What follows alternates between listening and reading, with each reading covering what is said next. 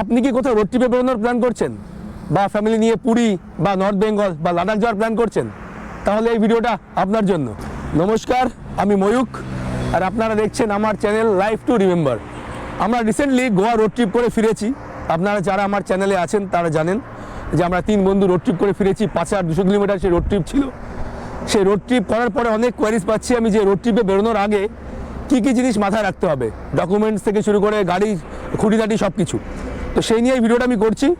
যারা লং ড্রাইভে বেরোন বা রীতিমতো যারা রেগুলার ড্রাইভ করেন তাদের জন্য এই ভিডিওটা খুবই হেল্পফুল হবে। তো চলুন আর সময় নষ্ট না করে ভিডিওটা শুরু করি। লং ড্রাইভে বেরোনোর আগে সবার প্রথম যে জিনিসটা মাথায় রাখবেন সেটা হচ্ছে গাড়ির সার্ভিসিং। ভালো করে গাড়ির সার্ভিসিং করিয়ে নেবেন। আমরা হয়তো অনেক দিন ধরে মাস 2-1, 3-1 বা বছরখানেক অনেক সময় গাড়ি চালাই, কিন্তু গাড়ির সার্ভিসিং করি না। কোথাও লং ড্রাইভে বেরোনোর আগে অবশ্যই গাড়ির থরলি ফুল সার্ভিসিং করিয়ে নেবেন। ইঞ্জিন অয়েল চেঞ্জ করবেন, কুলেন্ট চেঞ্জ করবেন, এয়ার ফিল্টার, এসি ফিল্টার থেকে শুরু করে সমস্ত কিছু শোরুমে দিয়ে বা সার্ভিস সেন্টারে দিয়ে সমস্ত কিছু আপনি চেক করে নেবেন, যাতে লং ড্রাইভে গিয়ে কোনো অসুবিধা না হয়। পয়েন্ট নাম্বার 2, গাড়ির টায়ার চেক করে নেবেন ভালোভাবে। আমাদের মাথা থেকে অনেক সময় বেরিয়ে যায় যে গাড়ির টায়ারের কি অবস্থা।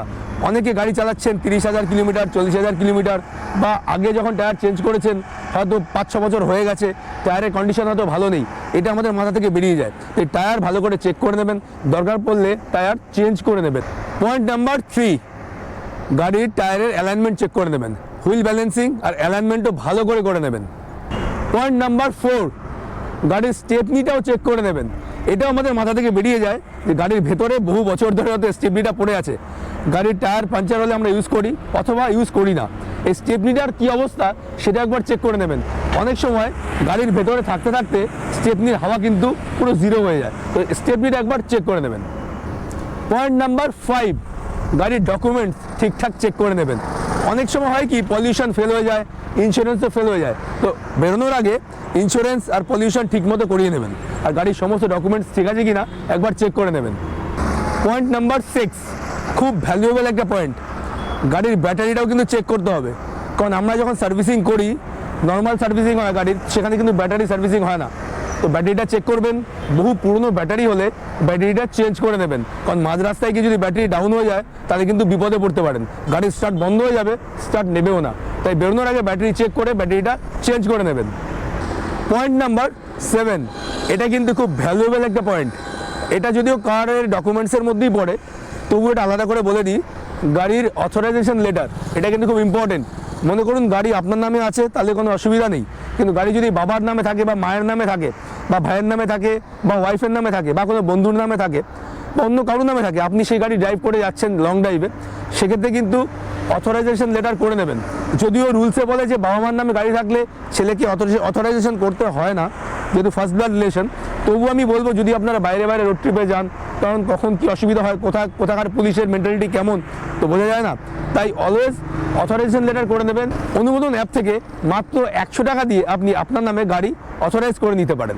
ভ্যালিডিটি থাকবে 6 মাস। পয়েন্ট নাম্বার 8, এটা কিন্তু খুবই ইম্পর্ট্যান্ট একটা ইনফরমেশন এবং অনেকেরই মাথা থেকে এটা বেরিয়ে যায়। ইভেন আমারও মাথা থেকে বেরিয়ে যায়, আমি অনেকবারই ভুলটা করেছি। এখন কিন্তু হাইওয়েতে ফাস্ট্যাগ চালু আছে, আপনারা সবাই জানেন, কিন্তু আমরা কি করি ফাস্ট্যাগ রিচার্জ করতে ভুলে যাই লং ড্রাইভে বেরোনোর আগে।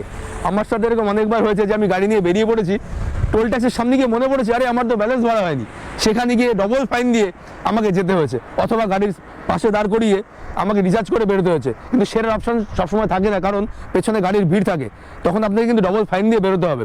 তাই কোথাও বেরোনোর আগে ফাস্ট্যাগ রিচার্জ করে নেবেন। তবে এখানে একটা কথা বলি আমি, এখন নতুন নিয়ম হয়েছে, ফাস্ট্যাগের অ্যানুয়াল পাস রিচার্জ করা যাচ্ছে। সেখানে আপনি 3,000 টাকা দিয়ে 1 বছরের ভ্যালিডিটি পাবেন এবং 200টা টোল ক্রস করতে পারবেন। 200টা টোল আপনি এনএইচের উপর ক্রস করতে পারবেন, মানে ন্যাশনাল হাইওয়ের উপরে অল ওভার ইন্ডিয়াতে যে কোনো জায়গাতে আপনি 200 বার ক্রস করতে পারবেন, কোনো পয়সা লাগবে না। কিন্তু মাথায় রাখবেন এটা কিন্তু স্টেট হাইওয়েতে লাগু হবে না।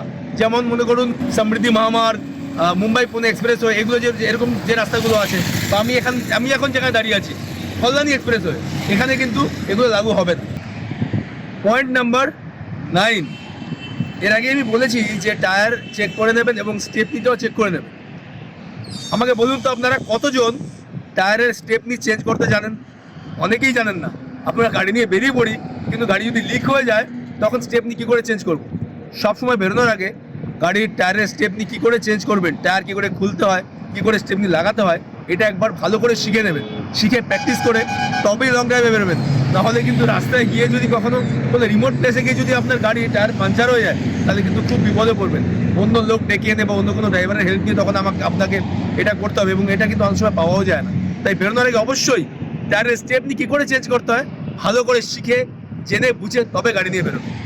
পয়েন্ট নাম্বার 10, এখন যে নতুন গাড়িগুলো আসছে অনেক গাড়িতে কিন্তু স্টেপনি থাকে না, থাকে পাঞ্চার রিপেয়ার কিট।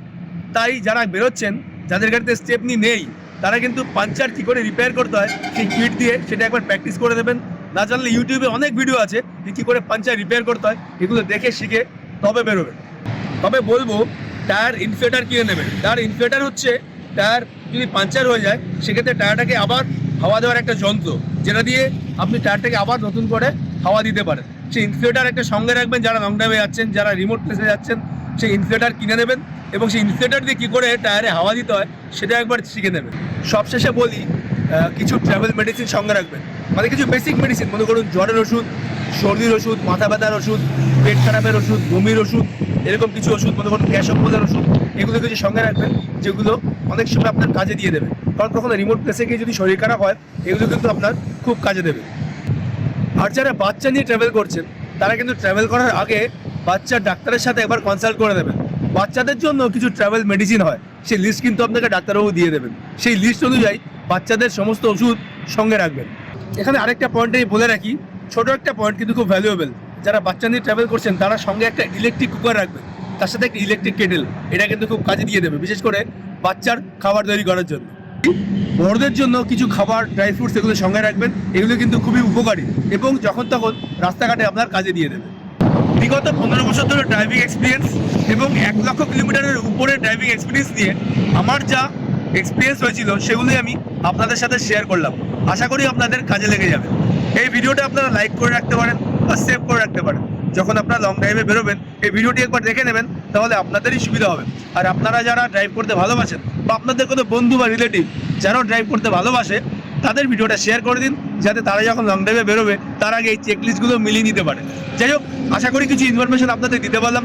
যদি ভালো লাগে এই ভিডিওটা একটি লাইক এবং সাবস্ক্রাইব করে দেবেন। আর যদি কোনো পয়েন্ট আমি মিস করে থাকি, তাহলে আপনারা কমেন্ট করে জানান যে কী পয়েন্টে আমি মিস করেছি। যাই হোক, আজকের ভিডিওটা আর লম্বা করবো না। আপনারা সবাই ভালো থাকবেন। টাটা।